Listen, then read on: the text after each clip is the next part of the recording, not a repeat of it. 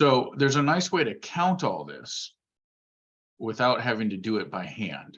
And it's a nice little function. And this works in Excel and Sheets. Remember, you do the equal, and I'm going to do the count if function.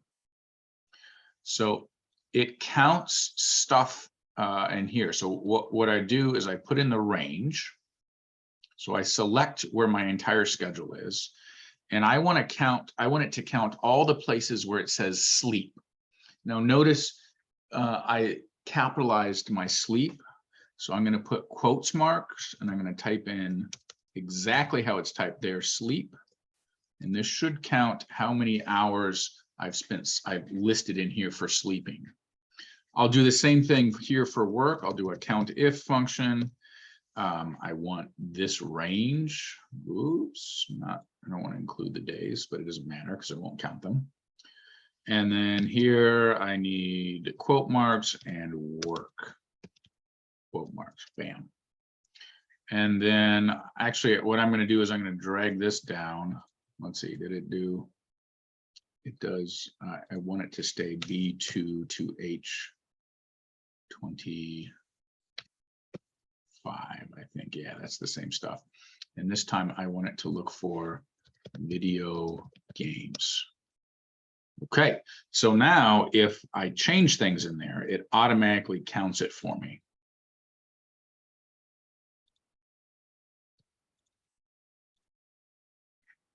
And there's my counts.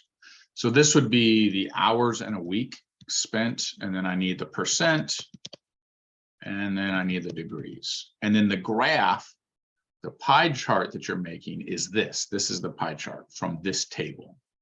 So you do insert chart. Man, the internet's slow today. Oh, it's because my daughters are here. There's a pie graph. All right, sorry, there's a bar graph. Here's a pie graph, etc. Does that help, Alyssa? Does that give you confidence that what you're doing is totally okay?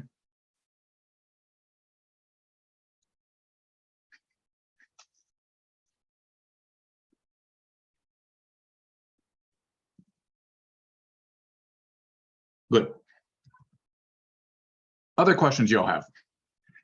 Be right back.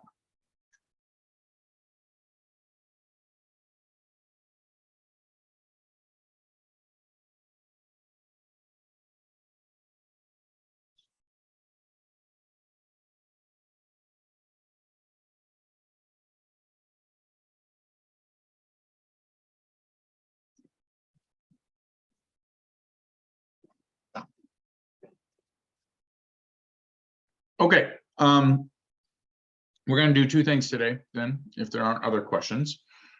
You have been assigned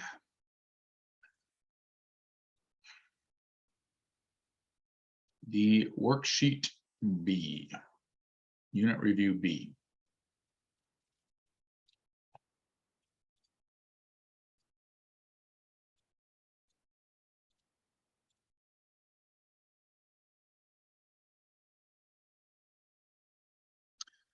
So what I would like to do is spend the first hour of class working through unit review A as practice. And then your job is to do unit review B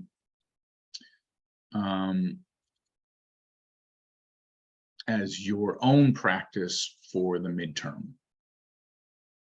Does that make sense?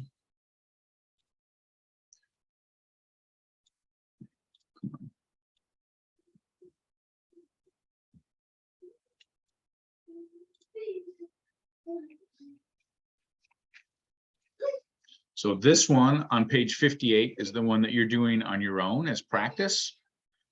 Of course, I will always take questions on it, but we're going to do this one together. So I'm going to set a timer for 5 minutes, and I want to see if you can't answer the first two questions in those 5 minutes, and then we'll talk about what you got. Does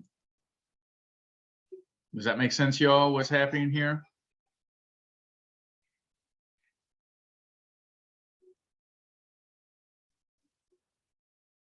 Okay.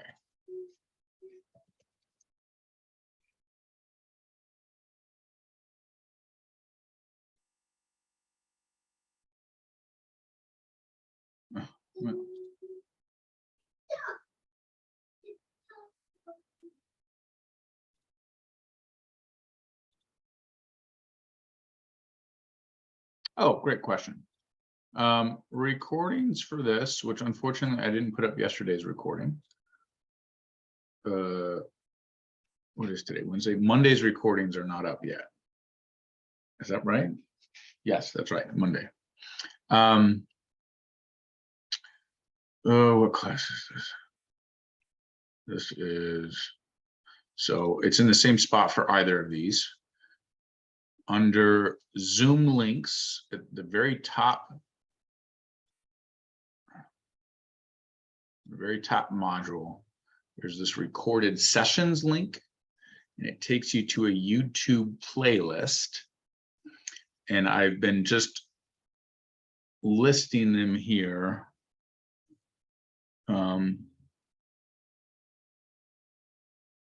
By date. Kind of seems like I'm missing a recording, and then this one should go here.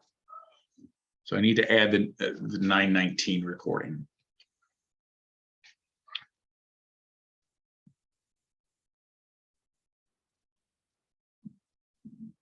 Seems like I'm missing some stuff there, but yeah, so that's where that goes, where they are. Okay, now I'm going to do this timer. How do I do this timer? Set timer. 5 minutes. All right, so you got 5 minutes to try numbers 1 and 2, and then we'll talk about it.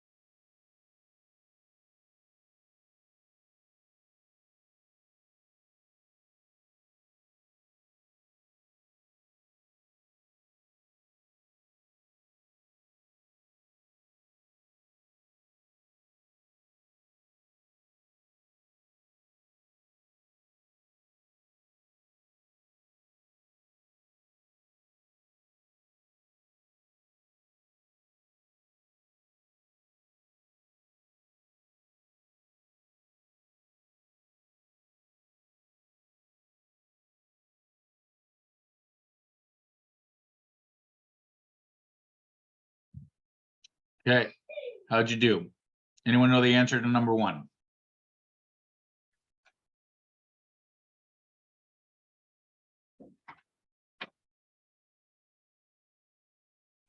Love it. Love it, love it, love it. Good. You were taking 45, dividing it by 100, and got 0.45, right? Or you just know that with the percent, you move the decimal 2 places to the left, you got it. Good. How do y'all do with B? It's a gross problem that I'm not ever going to ask you, but it got asked here. Anyone got that answer?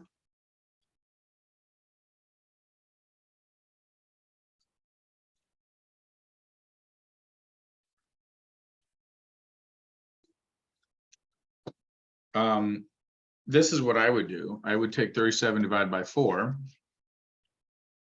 To convert a decimal to a percent, you multiply by 100. This is 925%. Is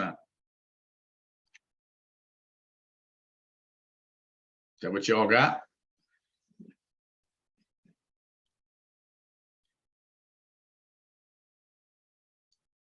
Nice. Okay. So on the exam, there aren't going to be questions like number 1. Instead, there's going to be a word problem that has a percent in it that you're going to need to do a calculation with. And so you'll have to know to convert that percent to a decimal like this one. Okay, anyone do number 2? Did you have enough time to get there and do that? Anyone want to explain what we need to do to find percent increase?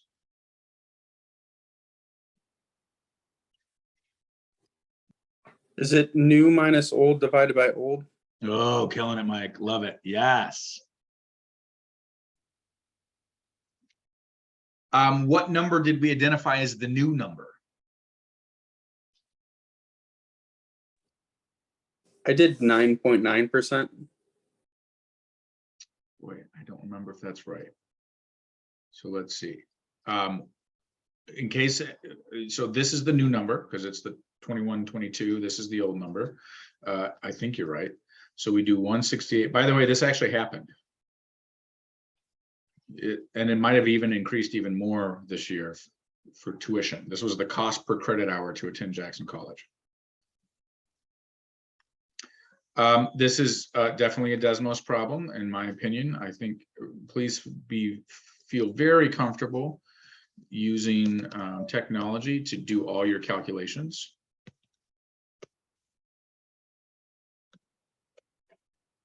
Nailed it, Mike. Wait, did I type that in wrong? I did.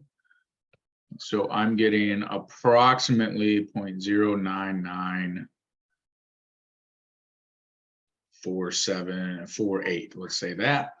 To convert that to a percent, that's what we do up here. You multiply by 100.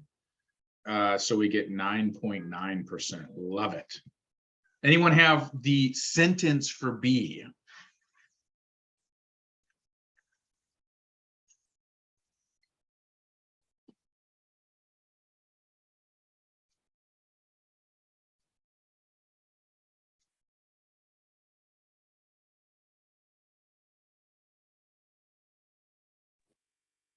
I'll take a whack at it. Let's do it, Mike. You're on a roll. Cost per credit hour increased 9.9% from school years 18 to 19 to 21 to 22 school year. Love it. That's it. Have you all heard what Mike said? He answered 3 questions: when, what, and how much. And that's exactly what this sentence, what this is asking. So the what, cost per credit hour at Jackson College. The how much, 9.9% increase. The when, the 2018-19 school year to the 21-22 school year. Nailed it. That's it. Yep. My perfectly acceptable answer as well. So I gave you all these are the 3 things that have to be included in your sentence. The order you put them doesn't particularly matter, but excellent. Okay, do you all need like 5 minutes to do number 2?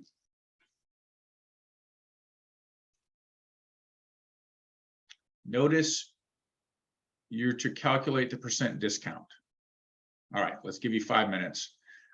Please note that I gave you all this. This is actually the information you need. So let's get me to be quiet. And does anyone know what these timers are? Whatever. Reset. 5 minutes. There we go.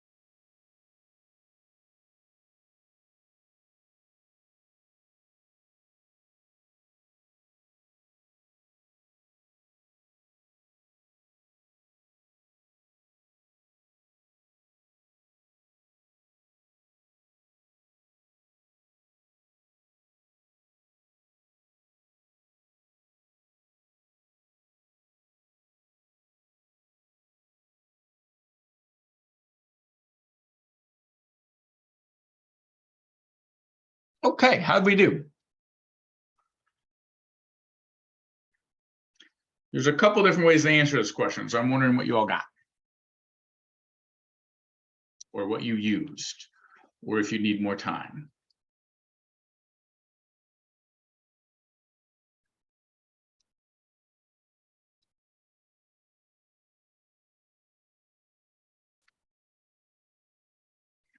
Or if you had no clue.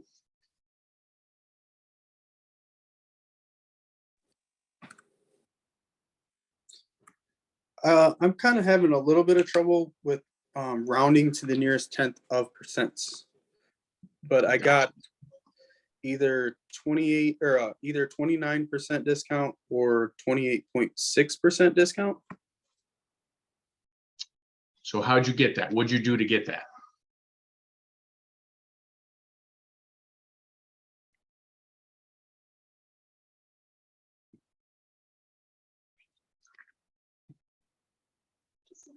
So when I'm rounding the decimal, I'm not sure if I round the third place or the second. You can round to whatever you want in this, because I didn't tell you. But let's see. So let me organize the information we've been given. Part of what could make this confusing, maybe for Jennifer and Maya and the rest of you, and Mike, you might be right, you might not. I don't remember the answer actually. Is that there are multiple ways to solve this problem to get the percent discount. So let's do this. We've got the original cost. That is the $349.99, right? That represents 100% of all this. We've got the discount. That's equal to $100. That is equal to, oh, that's what we're trying to find, right? And then we've got, what do we want to call it? The sale price or the paid amount. That's the $249.99, and that is a particular percentage of the original. Like if we were to subtract these, we'd get that answer, but we don't know either of those two things. So one of the ones that jumps out to me, although Mike, I'm curious how you got your 29%. Like, what did you do to get that?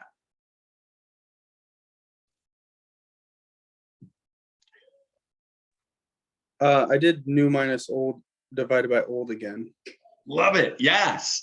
Right. So percent discount is the same thing as percent change, which is the same thing as percent increase. It's just the amount has decreased from the original to the new.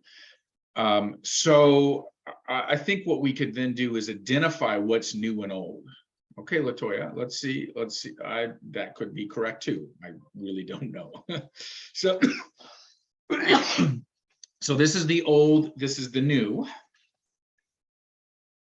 We could write this as $249.99 minus $349.99. Do you notice what that number is? Divided by $349.99. This number is the amount of discount. It's the absolute difference or the absolute change. So we get negative 100 divided by $349.99.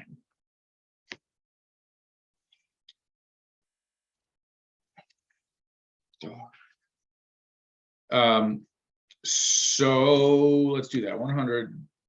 Oh, let's make it negative 100, shall we?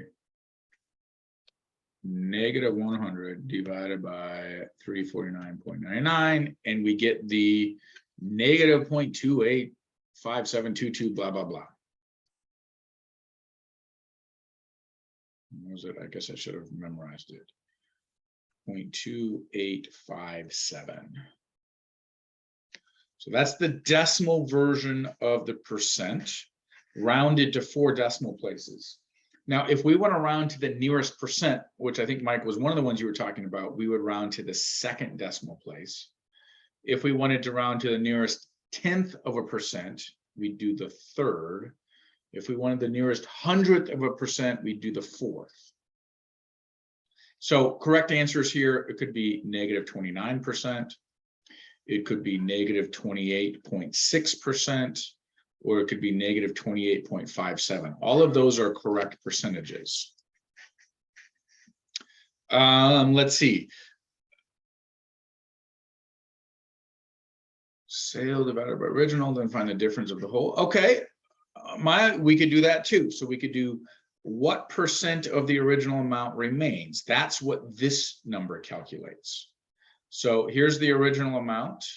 Here's the new amount. So when we do new minus old, we get a different number than the 28%, but let's make sense of that number.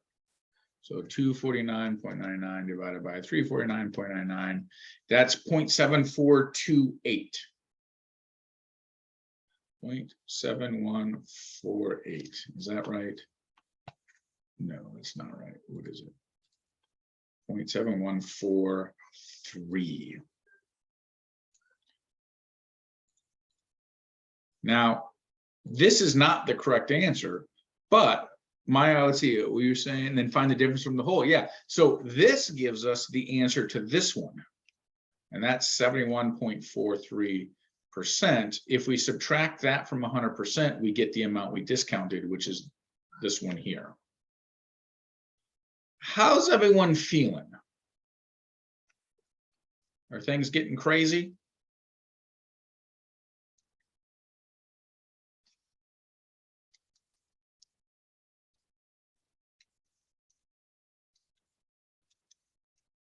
Anyone feeling better or anyone feeling lost?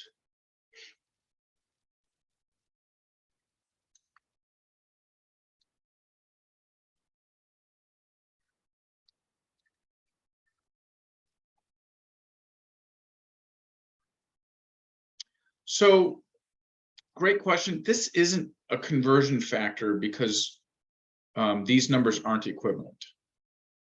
What this is this thing calculates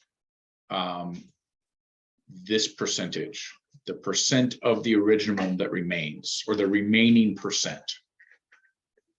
Another way to think of what this fraction does is it's saying what percent of the original price is the sale price equal to. And so the sale price is 71% of the original cost, which is the same thing as saying we discounted the original amount by 29%, or 28.6 or 28.57. So that's what kind of makes this problem a little tricky, is there's two different ways to get at the final answer.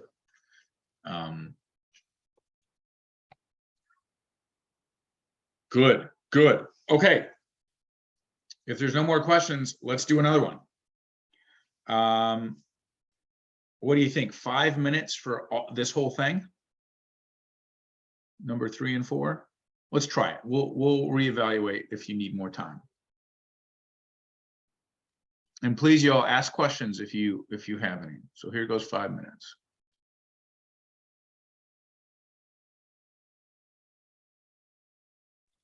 Oh, and skip E. Don't draw a pie graph using Excel. Just ignore that.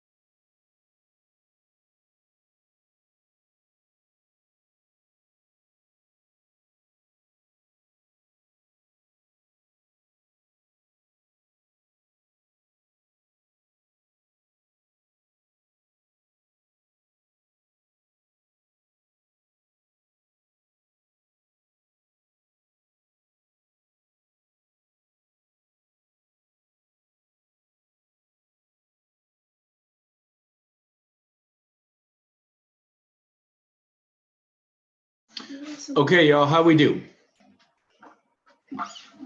Anyone got the answers?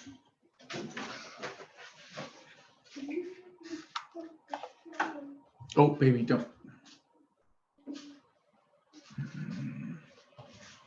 My kids had a half day today. Sorry, that's why it's so crazy over here.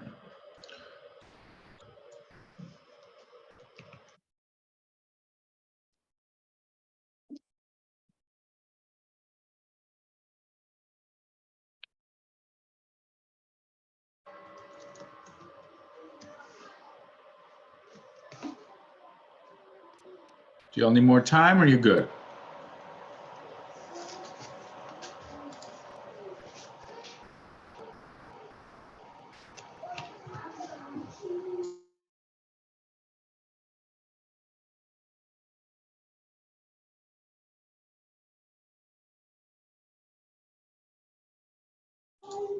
Okay, so how did you get the percentages? What did you do?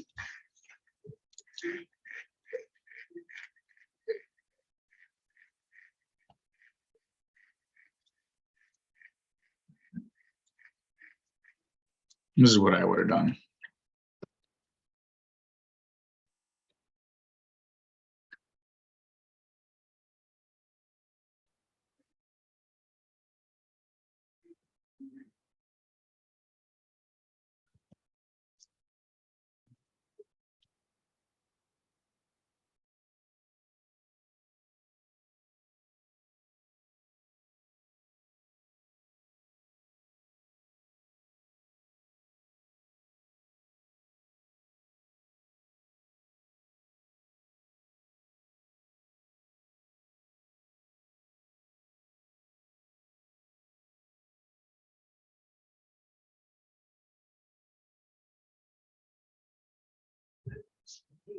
Perfect. So we got a total of 985, 249. What do we got? If we round to the nearest percent, we have 51%, 25%, 13%, and 11%. Cool. Does that match what you all have?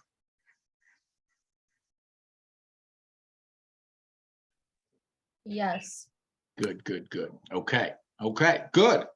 When you take talk to me. Just for me, I'm still having a little bit of trouble rounding to the nearest tenth. Is if I did round to the nearest tenth, would it be 10.99 for Jim? Great question. So if you look at that number, that's a wonky one. Let's see, we got 0.10988. If we round to the nearest 10th of a percent, because the number after the 9, this one is an 8, it still rounds to 11%. If you want to round to the nearest 100th of a percent, which is 2 decimals, that would be 10.99%. And writing 10.99% is perfectly acceptable. That's a correct answer.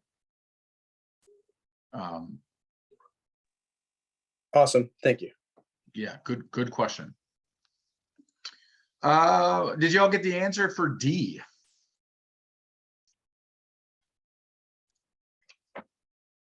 Looking at Warren. Warren got 8% of the vote. So you did 0.08 times that mass. And you got some approximate number. Love it.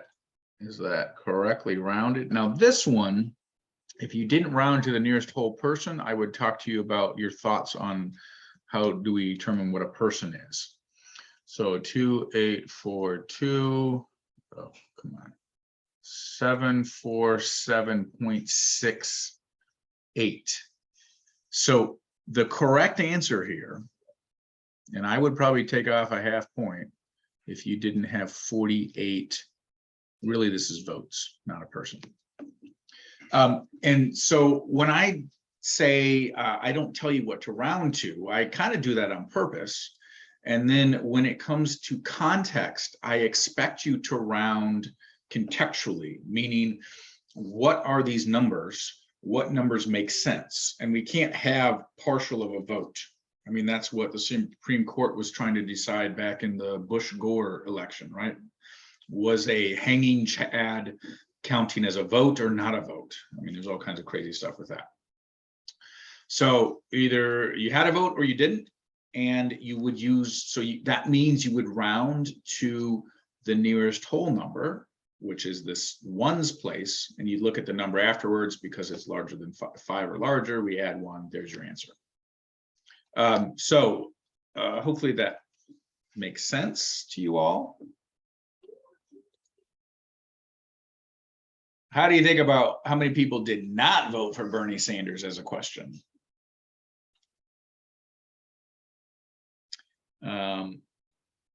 Couple ways you could do that one. You could say 100. Oh, let's see what you all said. Okay, Jennifer, nice. I have no idea if that's the right answer. I'm guessing it is.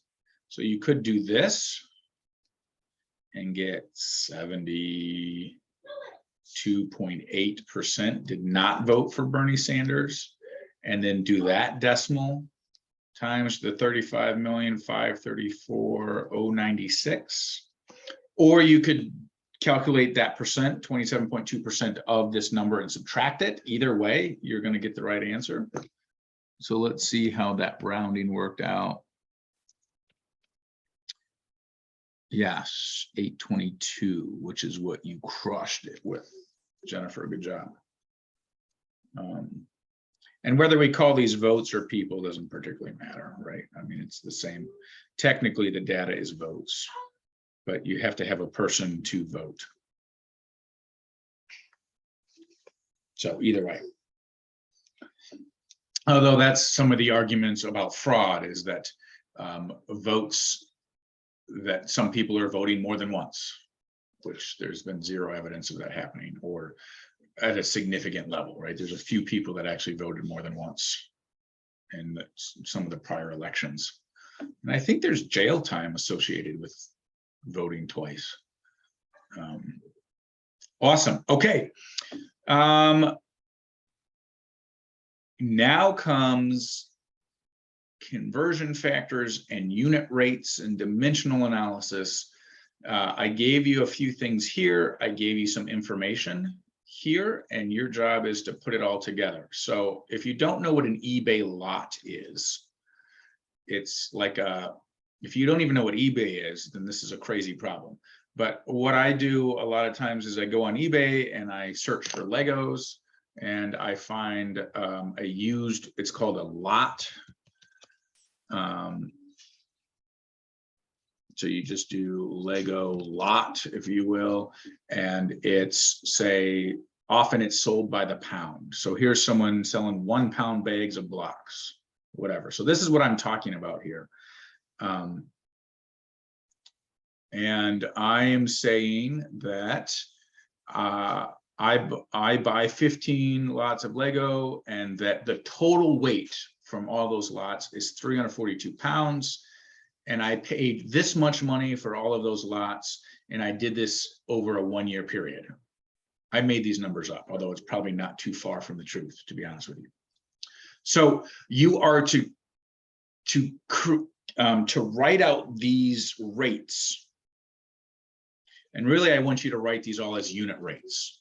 So find the following unit rates is what it should say. I don't think this question is very clear. Find the following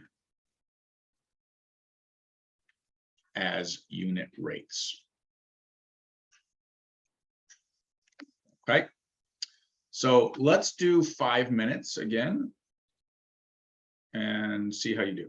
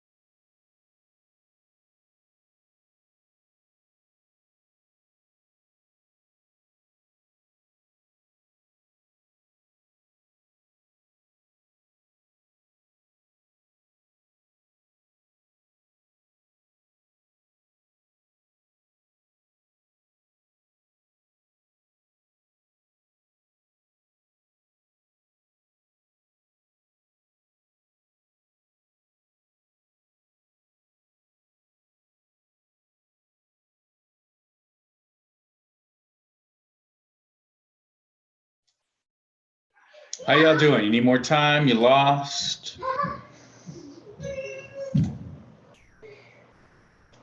Did you remember that per means divide?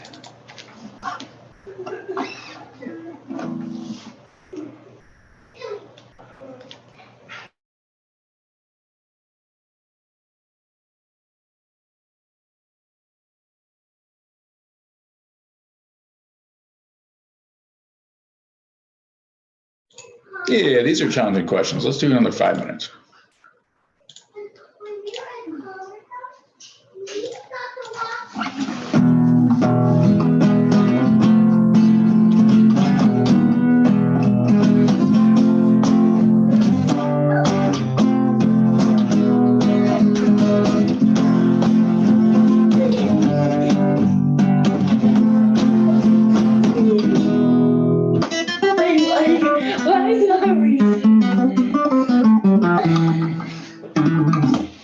My students are working, so I'm just playing music to kill the time. What are they working on? They're doing those problems.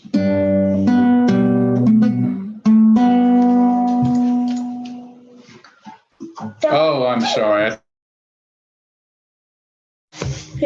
Sorry, y'all. I thought I had it muted.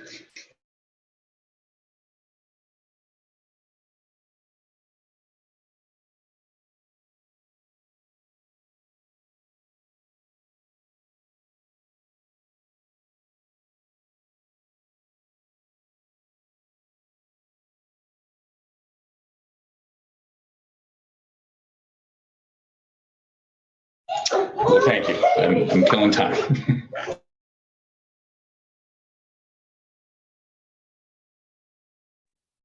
Hey, Eric, can I ask a question?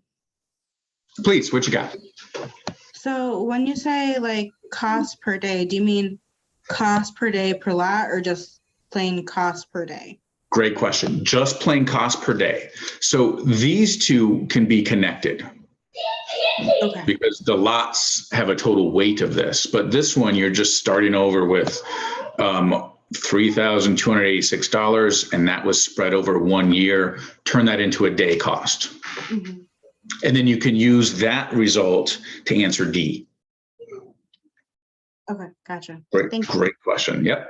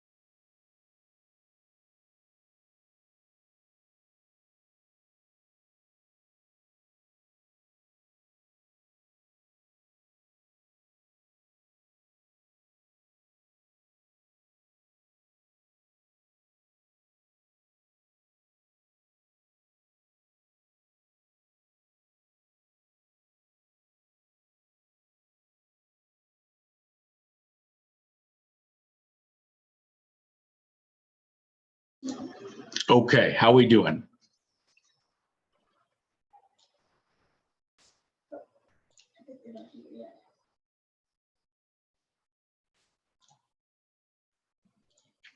All right.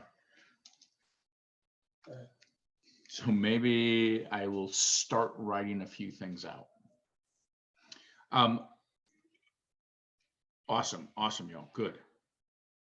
One of the key things with any work with dimensional analysis, at least when I'm grading the work, is that you have the units somewhere. So when I read cost per lot, I know that my units are going to be this. Okay. Let's do it. So I'm doing dollars per lot. And I guess this implies the fact that this is not a plural word that implies that I want a unit rate, but I still felt like it wasn't very clear.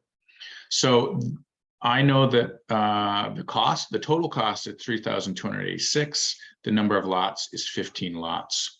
And so whatever that equals, well, it's going to be approximate, right? Is the unit rate. So not too crazy. Oh, okay. So I'm spending, according to this, I'm spending $219.07 per lot. We'll go check on your sister for one lot. And so we can use that here. Can we use that here? No, we can't. I'm sorry, I'm wrong. Because we don't know the number, the poundage per lot. We just need the total poundage.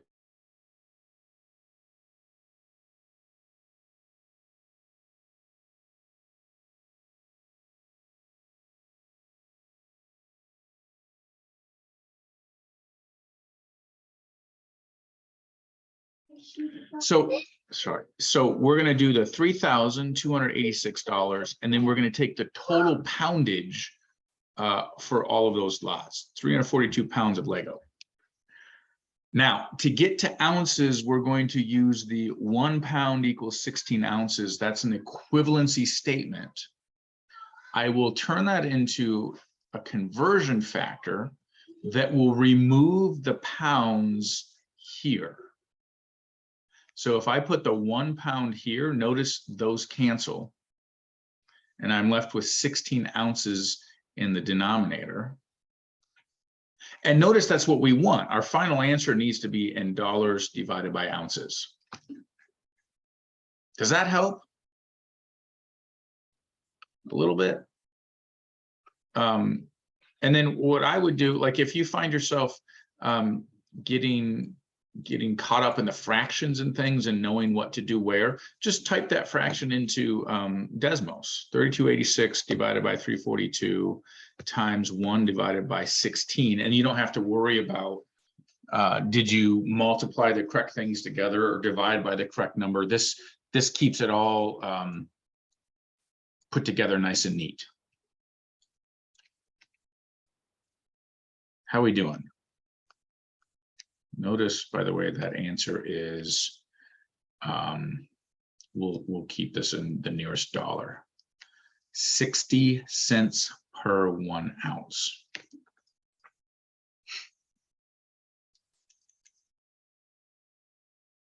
Anyone getting these? Or anyone not getting these and wanting to, maybe you feel better about it now or feel worse? Can I ask another question? Please. If we just say 60 cents per ounce, is it just assume that it's per 1 ounce? Or do we have 100%. to specify? Okay. No, if you don't have the S on the end of the word, right? From the English language, we assume that's just a singular. That's just one of them. I keep putting the 1. The reason I put the 1 there is a lot of people just write this. They're like, hey, this is 60 cents. Well, that's not actually correct because it loses, or it's losing the fact that it's per ounce. There's another way you could write it. You could write the units afterwards like this. But that's even worse, I think. I think this is the worst one. All right, cost per day. So $3,286 per 1 year. That's what we're given right here. We know there are 365 days, well, 365.25 days in a year, but I did tell you up here to use 365. So because I want the years to cancel, I'll put the 1 year on top, the 365 days on the bottom. Again, that matches what we want here. We want dollars divided by a single day. So these years cancel, and whatever this number is our answer.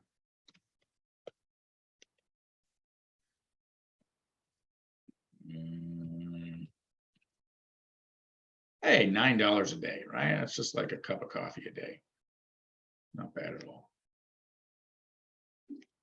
Then you got all that Lego in your house. You're most welcome. All right. How we doing? Does this seem okay? If we were asked to show our work on the midterm, would we have to put all the conversion factors on there? Great question. Let me think. So I think we've talked about this before, that some of you all don't like writing it out like this. Like you can get to the answer, but this is a mess. You don't ever actually have to show work. It's just if you get it wrong and there's no work, I have to take off all the points because I don't know what you were thinking and where you went wrong. What I would say, if you don't like showing the work how I'm writing it, you could at least write down what you typed in the calculator, like how you typed in the calculator. Okay, that's awesome, because I'm not doing it exactly that way, but I am showing at least what I typed in. That's perfect. Yep, that's perfect. Because then I can see what you're thinking. And this isn't like the only way to do the problem. So yes, I don't grade on having someone show me the work they did the same way I've done it. Let's say that too. Okay, so I would take, for this last one, I would take this $9 per 1 day, and I would convert the days into minutes.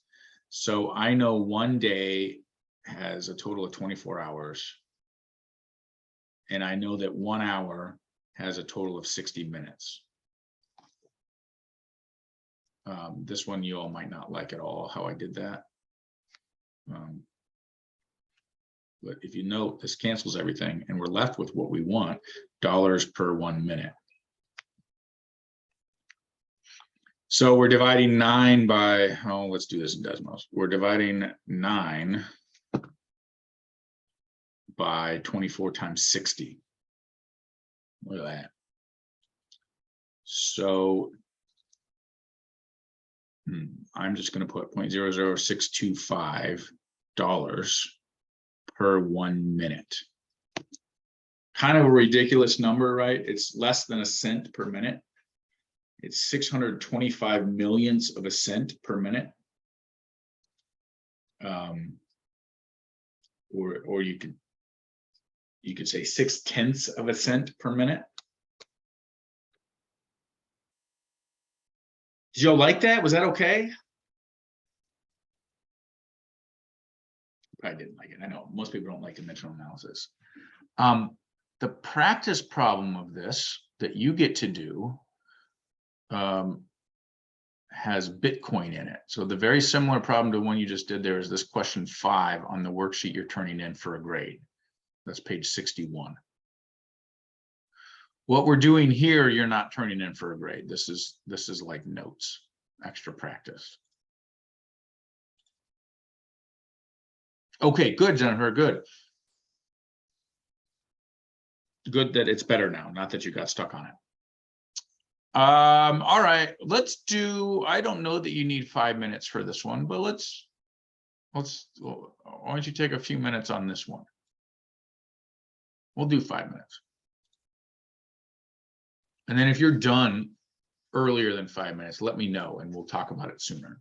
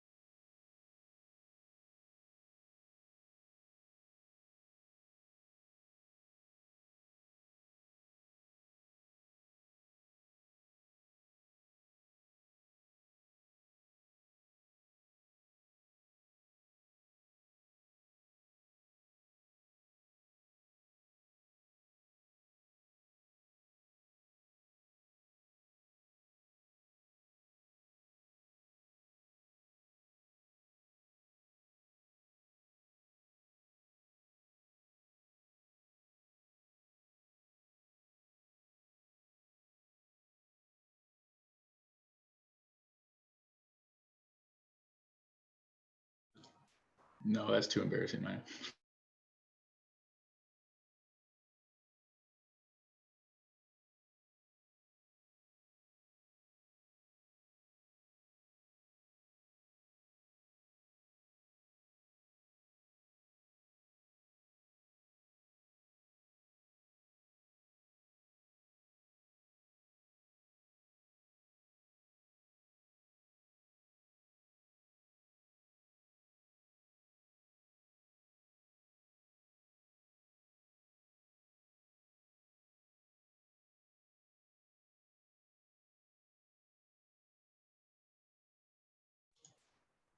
Anyone else close to being done? I don't want to like, oh, there's the 5 minutes. Okay, there's a timer. Well, let's talk about this anyways, so that we make sure we get through everything we wanted to get through today. When I did this in the in-person class with that group, we struggled a little bit with this graph, and it's a little bit rough because the title of the graph gets buried. I should have put a little more space between the two. So note this represents the pet type, and this represents number of households. We thought originally, I did along with many in the class, that these were percentages. This is the number of households, and it's in millions, not a percentage. So when you're reading this 70% of households own a pet. That's misleading. It's actually not even useful information. It's just saying, I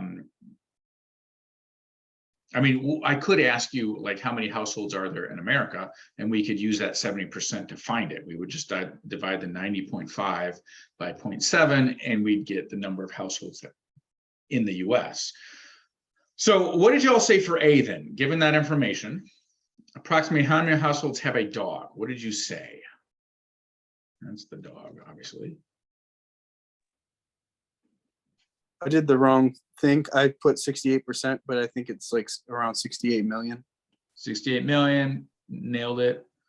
Or 67 million, Jennifer, that's good too. Yeah, 68, 67, somewhere in there. Yes. Excellent. Yeah, Mike, I did the exact same thing in class. I was helping a student. I'm like, yeah, that's like 68% of the 95 million people who have that.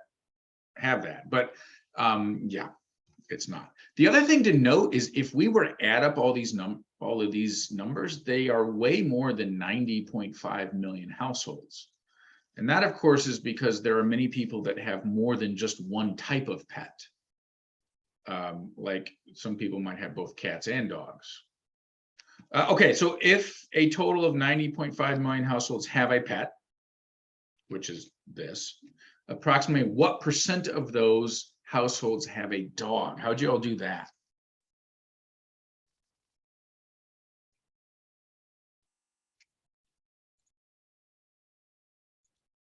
How'd you all get the 76.5% or the 75%? What did you do? So for me, I did the 90.5 million minus 67 million to come to the 23.5 million. And then I literally just like, I didn't obviously type in millions because there's no need for it. I did 100 minus 23.5 to get 76.5%. Got you. Okay. The one problem with that is you mixed numbers with percents. Well, yeah. Because when you did the 90.5 minus the 68 million, that was still an amount of households. Yeah. Which if you're then you can't subtract that from 100 because a percent, because the 100 was a percent, right? So that's where things got a little wonky in there. Okay. This is, so you all might be upset at me on this one. This is the time where we use the percent equals part divided by total. Which, or if you recall Wednesday, when we did that confusing talk about, hey, what's the connection between this 1.44 and this 0.44 and the new minus old divided by old versus new divided by old mess, right? Like this is tied up with that. So in this particular one, we know the amount of dog owners, or the amount of households with dogs, and we know the total amount of households. So it's also a same problem as doing this one. We've got the total, and we just happen to have a part. That's it, minus 68 or 67, whichever number you chose, doesn't particularly matter, divided by the 90.5. And yes, of course, we don't need the millions, because a million divided by a million is 1, so that disappears. And we get our percentage here, whatever that is. 75.13, blah, blah, blah. 0.751, is that a 3814? Or 75%. So Jennifer, it's a total coincidence that your 90.5 minus 68, 90.5 minus 68, and then that amount subtracted from 100 is close to the answer we have here. That's a complete accident. How do y'all feel about that? Is that okay? It's tricky keeping track of all these different things. This new minus old versus part divided by total, and what kind of information they give us.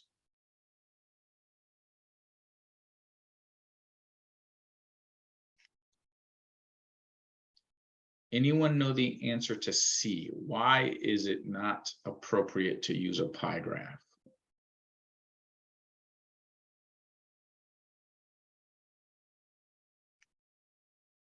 Because it totally is not appropriate.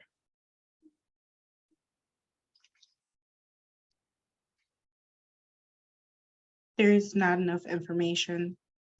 I mean, you So could what- assume that, you could make assumptions and say that every household listed only has one pet and that one pet is counted, but that's not necessarily an accurate assumption. Good. Yeah, that's the key. It's like, that's what Mike is saying too. Info would overlap. There are most definitely, between cats and dogs, what is this? Let's call this 45. We called this 68. Adding those two together, we get more than the total number of households. So just looking at that, there's clearly an overlap where there's quite a few households that have both cats and dogs. So in other words, they're not exclusive categories. They don't partition the data set into unique sectors. So that we would have more than 100%. Nailed it. Excellent, you all. Excellent. Oh, hey, that's the end. We've done it. We've done it. Well, it's actually not that there's not enough information, because there is enough information to know that these overlap just by looking at this. So it's, well, but I guess you could argue that. You all are right. It's not enough information because we don't know which ones overlap. The key between a pie graph and a bar graph is if they're overlapping categories or non-overlapping categories. That's really the thing here. And we know they're overlapping categories, 100%. It's impossible to create a pie chart out of this data set and that pie chart to have any kind of meaning, useful meaning. So it's a subtle little difference there. Okay, I am going to let you all do this. And what I would love for you to do is work through the Unit 1 Review B between now and Monday. And then in class on Monday, you tell me which questions you got stuck on.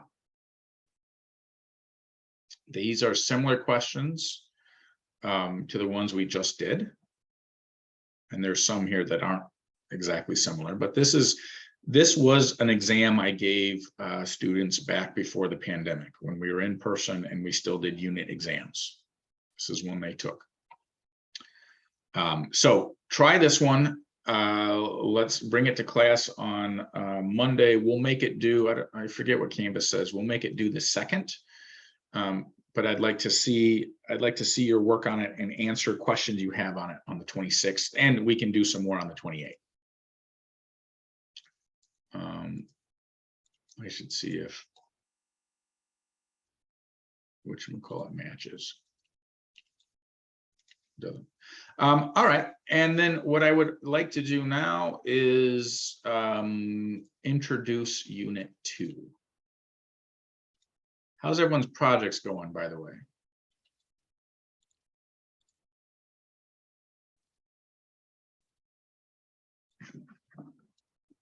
Hey, Emma, I need to borrow that phone real fast.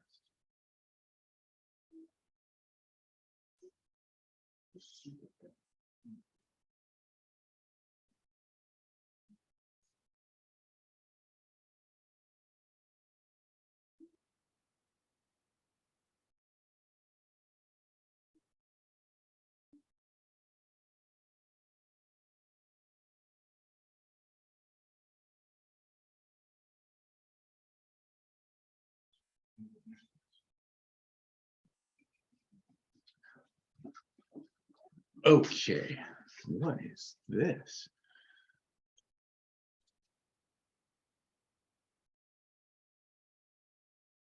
Okay, no worries, y'all.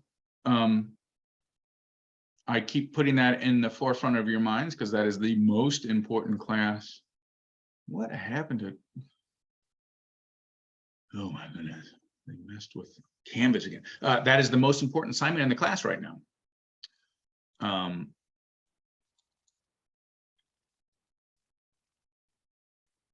And it is currently set to be due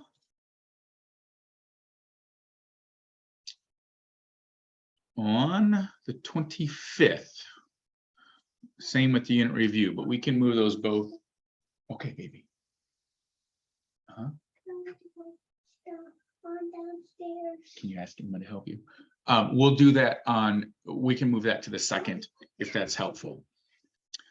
Okay, so please feel comfortable asking me questions about that project. I'd love to help you keep going on it. Remember, you're creating a schedule and then you're tracking a schedule and then you're comparing things. That's the main part. And then there's some tough dimensional analysis stuff at the end.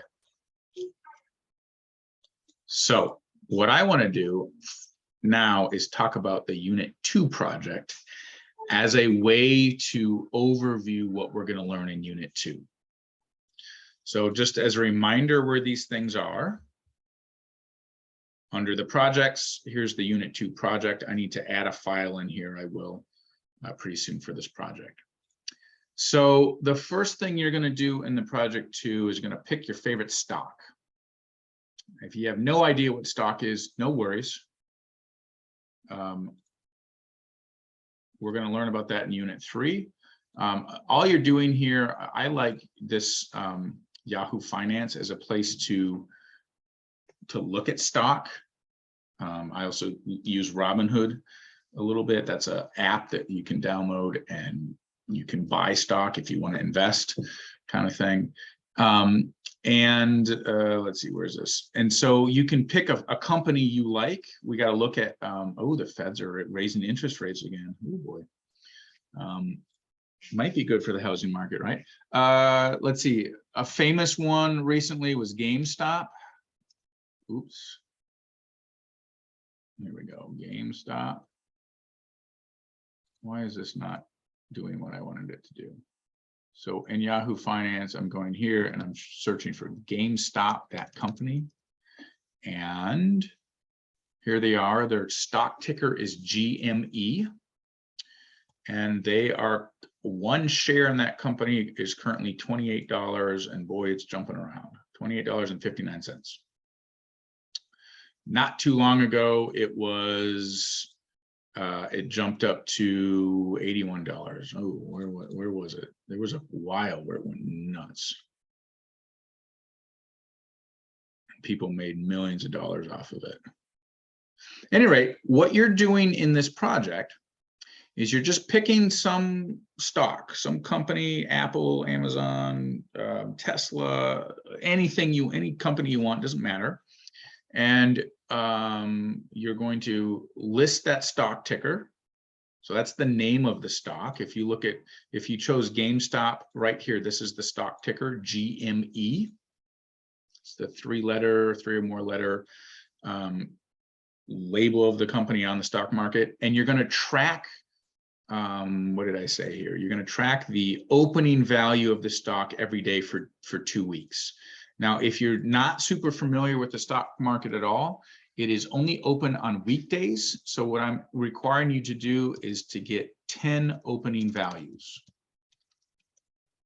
Now, if you want to do this in real time, you could just each day open up Yahoo stock and look at its opening value right here. The word open in this stock ticker tells us what it opened at. So when the stock market opened this morning at 8 o'clock, one share of Gamestop was worth $27.45. Now, if you don't want to do this real time, you can do it with historical data. So if you look at what I'm doing on this graph here, this is March 28, 2022. It was $41.25, I think is what it closed at. So you could use the closing price and you could generate 10 data values like this. That's the first thing you're doing. And then from there, you're going to create a table, and the big stuff for this unit is determining models of best fit. And there's only two types of models we work with, linear or exponential.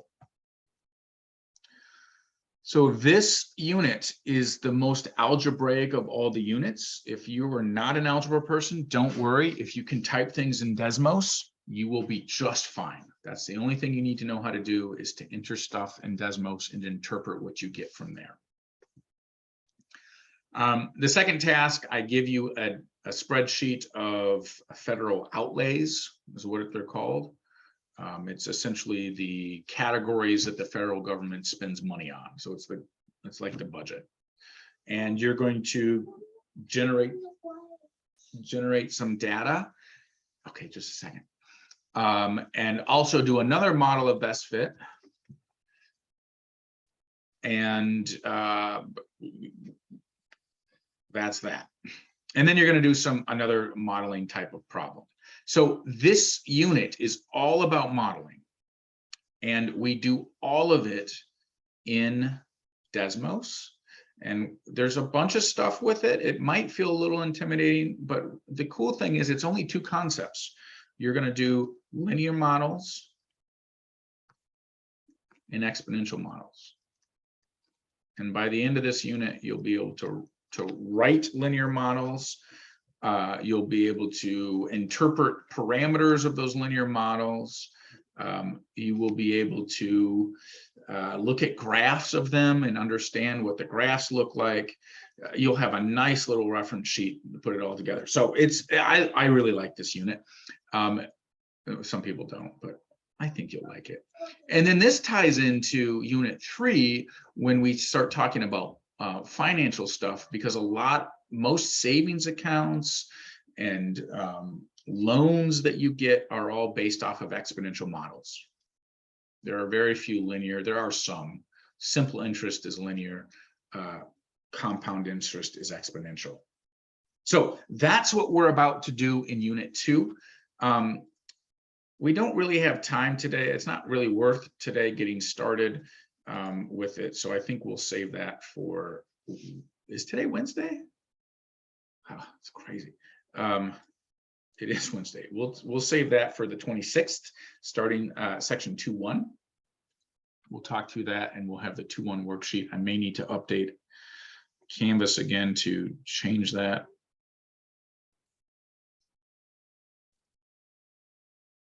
Yeah, because we were supposed to get to 2.1 today, but we didn't, and that's okay.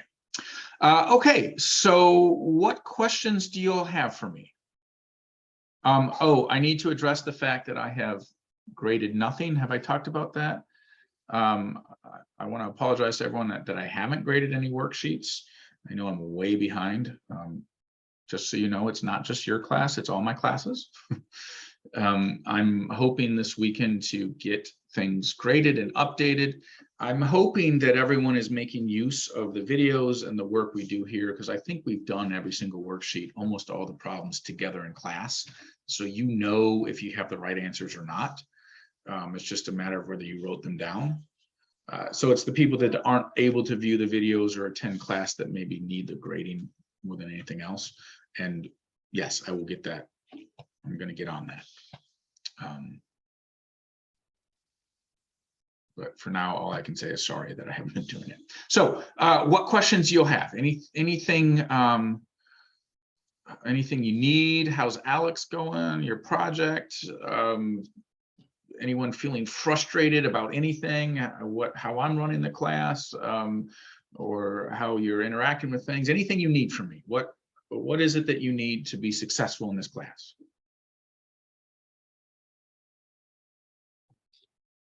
Can I ask a question? Yeah, please. So Alex, I want to say this as respectfully as possible. Okay, so I'm sorry if this comes That's across. okay. Be disrespectful. It's fine. No, I don't want to be. That's not the kind of person I am. I guess I don't quite understand the purpose of Alex, because everything we're doing on Alex are basically covering in class. It's just a reinforcement, but Alex is so particular. Like if you spell something incorrectly or place a comma wrong, Yeah. it's So cumbersome. yes. So I do think that one through a lot of like, how useful is this to students? One of the things is you do get immediate feedback in terms of whether you got it right or not, which I think there is value in that. And it's practice. I get why people dislike it because it is super picky. I could be that picky of a grader, and in some ways I am, but mostly I'm not, right? Because if you show your work and you forget a comma, I would note it or take partial credit off, where Alex is like, redo the whole question. Yeah, Jennifer, that is a good argument against why maybe Alex is more in the way than helpful.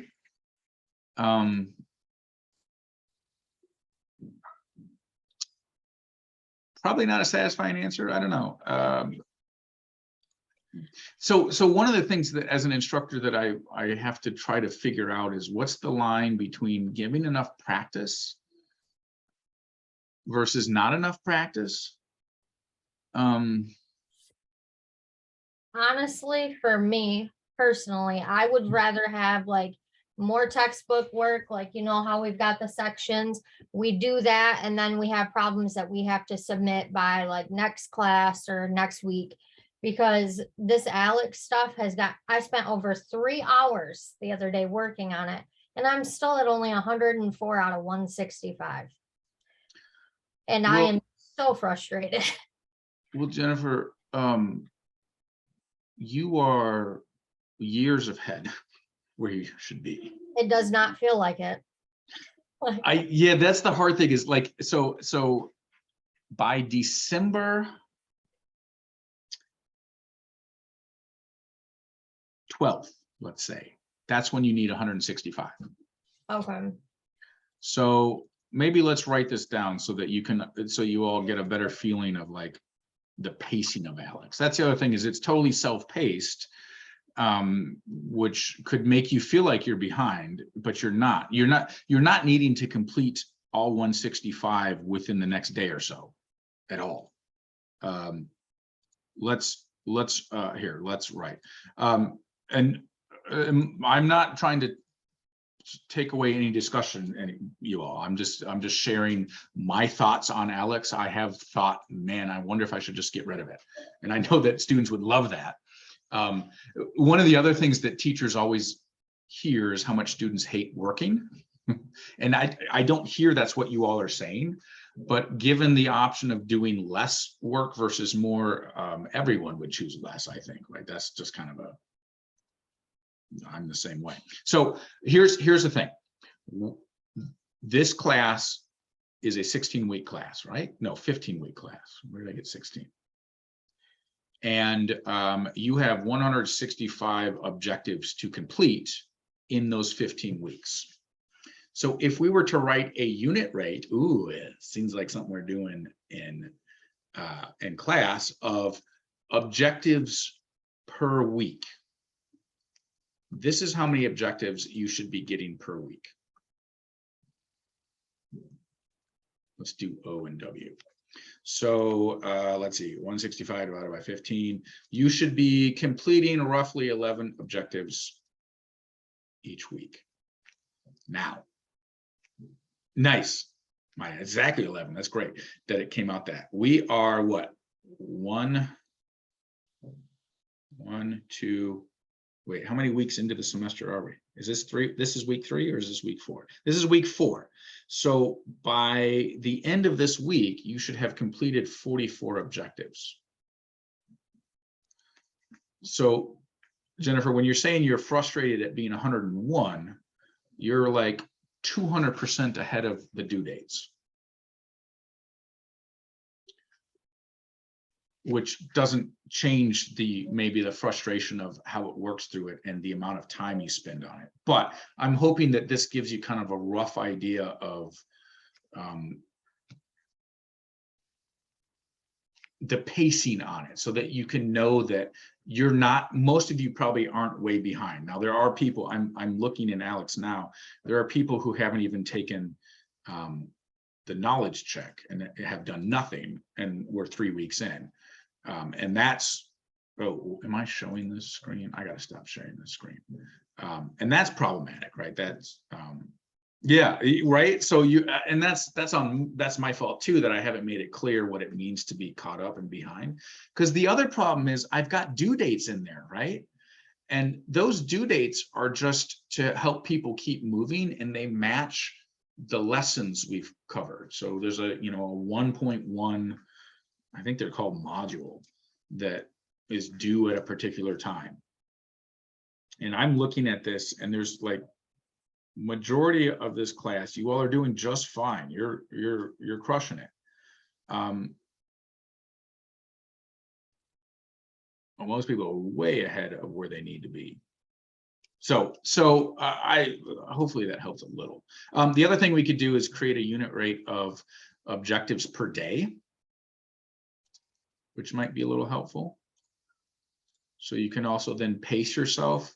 There's nothing worse than doing thousands and thousands of hours and hours of work and feel like you're not getting anywhere. So I hear you all. Let's see, 1 week is 7 days. Here we go. So this will give us how many objectives per day. It's 11/7, so it's a little less than 1 objective per day.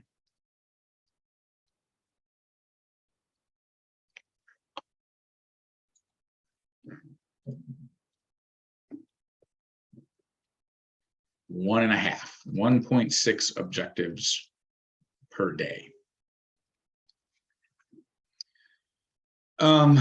Okay, does anyone want to share any more comments on that? I'm happy to hear complaints. I don't feel disrespected at all. I'd love to hear your all perspective. Go ahead, Maya. What you I got? guess not so much a complaint, but maybe a suggestion for your future classes. It's not the content or the amount of work that I'm worried about. It's, again, like the AI program itself, I find very frustrating because, I mean, maybe you can relate to this, but I am not the best speller in the world. So if I'm just typing and I miss a letter, it'll make me redo the lesson until I get it right. And that's so very frustrating. So maybe if you had, say, like 4 classes or 2 sets of classes, and you gave one class the answers and you assign students to each other so the students can check each other's homework. Does that make sense? That we're doing enough? Because I know, hear you saying you don't want computer homework. It's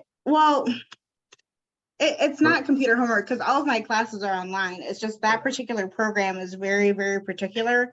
And if you get one tiny thing wrong, you have to redo everything. So I guess feel that. I understand that. Yes. And I don't disagree with you at all. My counter argument, if there were one, is there value in accuracy? Because by the end, you will find yourself not making as many as those typos, I think. Oh boy. And the question would be, is there value in that? And I'm not like, I guess I'm on the side of thinking there maybe is, but that doesn't mean I'm right. I don't know. It's good. It's really good feedback. I appreciate it, y'all.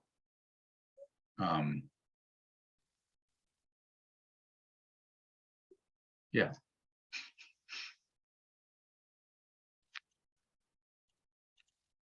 Oh boy, we got tears in the basement. Other thoughts or questions or concerns?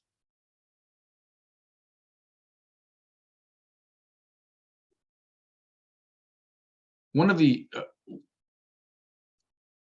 oh, you're good. No, you're no. That's really good feedback. It is not the first time I've heard that, and I've heard that about the math departments. We always have complaints about online homework because of that very nature.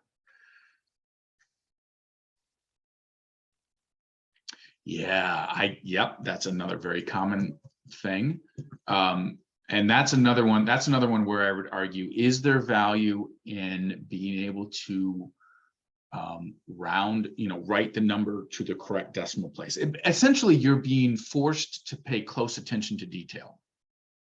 Whereas on the ones that I grade, you might not have to pay as much attention to the small details. And depending upon the field you're going into, paying close attention to detail may or may not be that necessary. If you're ever going to be a computer programmer, I took one class, I hated it for that same reason. When you type a program, if you put one thing wrong somewhere, the program doesn't run. And, that's, if you like your cell phone working and hitting buttons and it works, that's because someone had to take the time to write everything correctly. So I think there is value in being forced to pay attention to detail. The question is that value is it valuable in the homework? And at what point does it get too frustrating? The other part is just the reality of online homework, right? Like if it's a computer graded thing, you have to enter it the way they want you to enter it, or because that's how they programmed it to be correct. And if it said give 2 decimal places, technically you're wrong if you give 3. There are some faculty here that grade that way too. I sometimes grade that way as well. Actually, I do grade. Yeah, I agree with you, Maya. For me, I'm far more interested in, do you understand the numbers, what they mean? Do you understand that? Then did you round it to the 10th decimal place correctly, right? Yeah, good, really, really good feedback, you all. I would love to hear this, hear how you feel in a week or like in a couple weeks about this, to see if anything's changed. No, once you've registered, you need to register only once, because if you register a second time, it creates a brand new account. And then you just keep getting logged in. So you got to keep track of the login name it gives you. If you don't know your login name, send me an email and I can send it back to you. It's always a weird one, usually, or your username, like it's your name with a bunch of numbers on it. And I can't do anything with your password, but you can reset it from your end. Awesome. Yes, you got that auto save in the computer, right? So no one ever knows their passwords. They're just all saved. I do the same thing. So yeah, you do that process once so that you create your account and then always log into that same account and your progress will be there.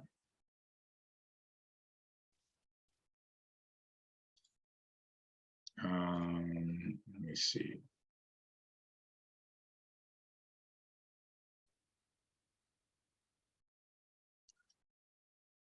Latoya, maybe we should look at it together, yours specifically, to see what's going on. I see something from my end.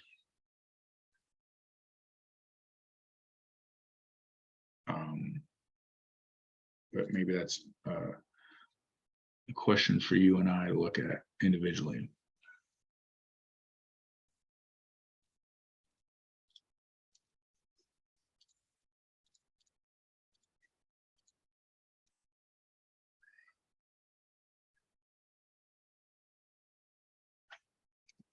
Oh, you're in two different classes. Yeah. We can fix that, Latoya. We'll fix that. Okay, so if there's, we've covered what I'm sharing the screen. Please don't look at that, everyone.